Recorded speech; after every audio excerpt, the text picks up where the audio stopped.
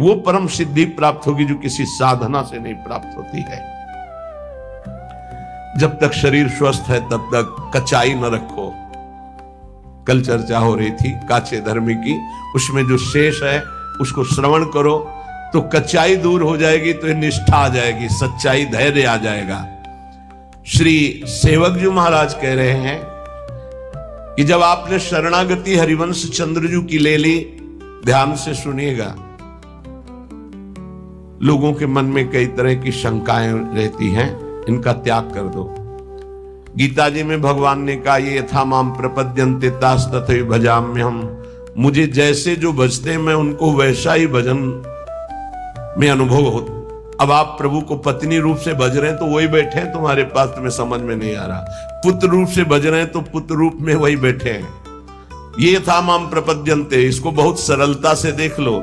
आप जिस रूप में प्रभु को देखना चाह रहे हैं वही रूप प्रभु दिखा रहे हैं। अब हम निकुंज उपासी हैं, हमारी उपासना का एक विशुद्ध मार्ग है। क्या विशुद्ध मार्ग है? जिसमें हमारे आचार्य और रसिक महापुरुष गए, हम उसी मार्ग के पथिक हैं। हमें बाहरी उपदेश नहीं सुनना।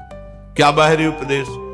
आज तो अमुक व्रत है, आज ऐसा है, आज ऐसा है। देखो, बहुत शास्त्रों का सम्यक आराधन करके बोल रहा हूं, ये ना समझो कि मुझे पता नहीं है। जैसे किसी का प्रश्न आता है कि बिना तुलसी के ठाकुर जी का भोग नहीं लगता, ये जानते हो कहां आता है? जहां हरि चरणों की उपासना है। खूब विशुद्ध भाव से इसका मूल जड़ तक चिंतन करने वाला ये भाव है। कोई ऐसा ना समझना कि बाहरी। तुलसी जी कौन है? वृंदा। कौन सी वृंदा?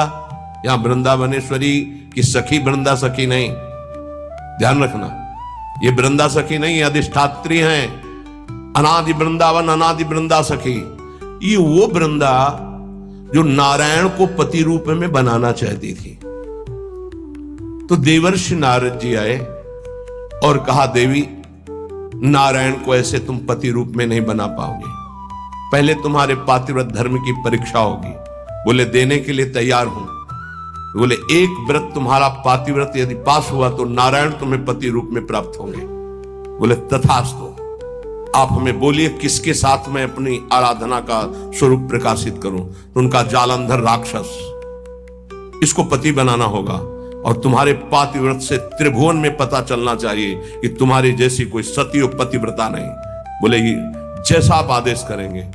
ऐसा जालंधर राक्षस पति रूप में वर्ण किया और ऐसा सतीत्व पूरा चरित्र है, त्रिभुवन में कोई उसका बाल बांका भी नहीं कर पाया।